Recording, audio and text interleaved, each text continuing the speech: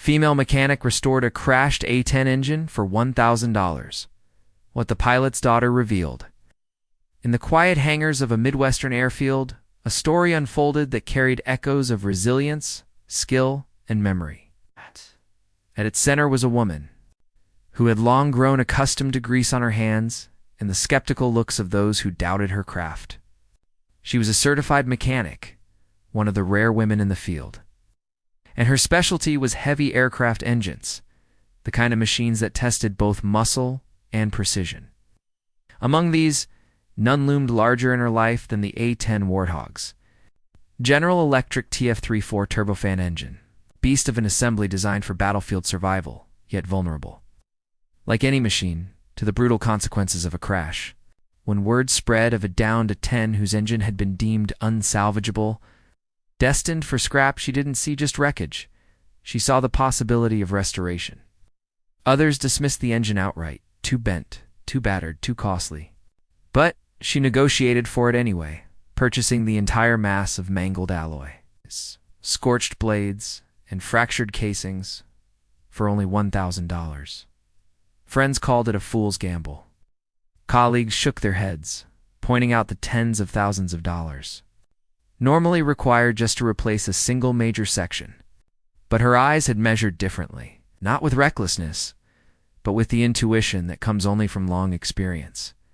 The engine itself bore scars of violence. Fan blades bent like paper clips, compressor stages misaligned, housings gouged with deep burns where fire had chewed through. To the untrained observer, it looked less like an aircraft component than twisted industrial debris. Yet as she examined each part, cataloging what could be straightened, what could be machined, what had to be rebuilt, she mapped out a path toward renewal. What she possessed was not corporate funding or a warehouse full of spares, but resourcefulness, the kind that comes from years of improvising repairs with limited budgets. Day by day, she worked in her modest workshop, little more than hand tools, precision gauges, and a welder. She disassembled the beast down to its smallest components. Each turbine blade was inspected under light, each shaft aligned on jigs she had built herself. Replacement parts were sourced not from pristine suppliers, but from aviation salvage yards and retired stock, where she haggled and bartered, making the dollars stretch. The sound of grinding, welding, and recalibration filled her shop. But what outsiders couldn't hear was the rhythm of her determination, the steady heartbeat of someone intent on proving that restoration was not just possible, but essential. Her decision to take on this restoration was not just about mechanics. The A-10, after all, was more than a war machine. For her, it was a symbol of endurance, designed to return home even when riddled with bullets. And as fate would have it, this particular engine was linked to a pilot whose service had left deep impressions not only on his comrades but on his family. The man had flown countless missions, his survival often tied directly to engines like the one she now labored over. Though he had survived many battles, his story ended tragically, not in combat, but later. When illness claimed him before his time, it was during the course of her work that she met the pilot's daughter. Their meeting seemed almost incidental at first, but soon it carried a weight that would reshape the meaning of her project. The daughter was curious, why would anyone spend hours hunched over scrap metal, pouring sweat and skill into a relic? She watched the mechanic's hands trace over the engine casing as though it were something alive. Over coffee and conversation, the mechanic explained the philosophy behind her work. Machines may break, but they can be brought back, just as people endure grief, scars, and change. The daughter then revealed her own perspective. Growing up, she had never fully understood the depth of her father's attachment to the A-10. He rarely spoke of missions in detail, and when he did, it was always with a half smile, downplaying the risks. To him, the aircraft was more than a tool. It was a lifeline. He trusted those engines to carry him back from danger, to withstand punishment, and keep spinning when the airframe shook from gunfire. The daughter confessed that she used to resent the plane for taking so much of her father's time and energy. But after his death, her perspective shifted. She realized the aircraft had been a partner in his survival, a silent ally that gave her family more years with him than war should have allowed. As she shared these memories, her eyes lingered on the disassembled parts laid out in the workshop. To her, it was as though her father's story had scattered just the same way, fragmented by time and silence, needing someone patient enough to piece it back together. The mechanic's work became symbolic. It wasn't just about making a machine run again. It was about honoring resilience, service, and the unseen connections between human beings and the tools that safeguard them. The process of restoration stretched over months. She rebuilt the compressor stages with precision, machining tolerances to within thousandths of an inch. She replaced bearings with refurbished stock, rewound electrical components, and balanced shafts until the rotations ran smooth. Each step was a small victory against doubt.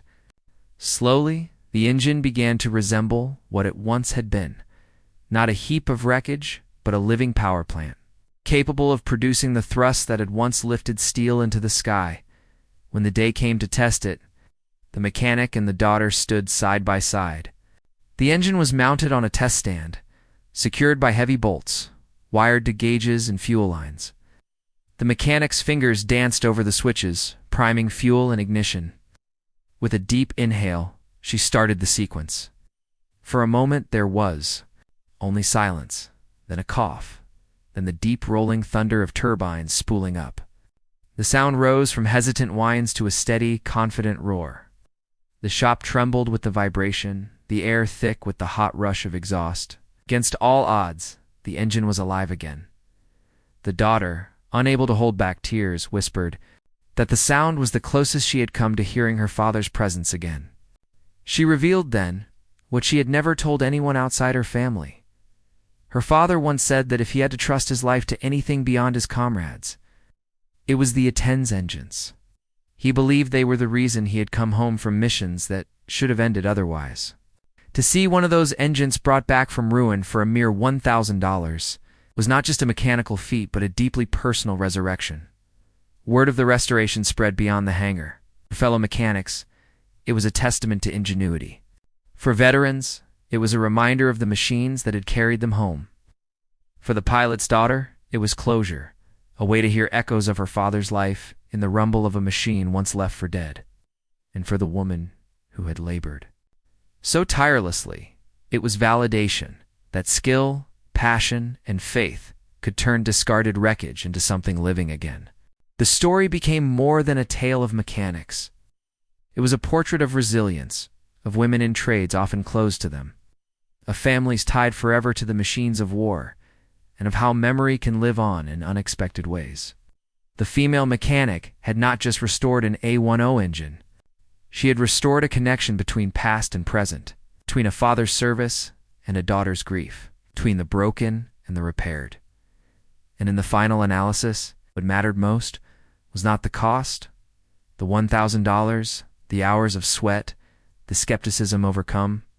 What mattered was that through one woman's hands, something once thought lost had been given back its voice, and in that voice, a daughter heard her father again.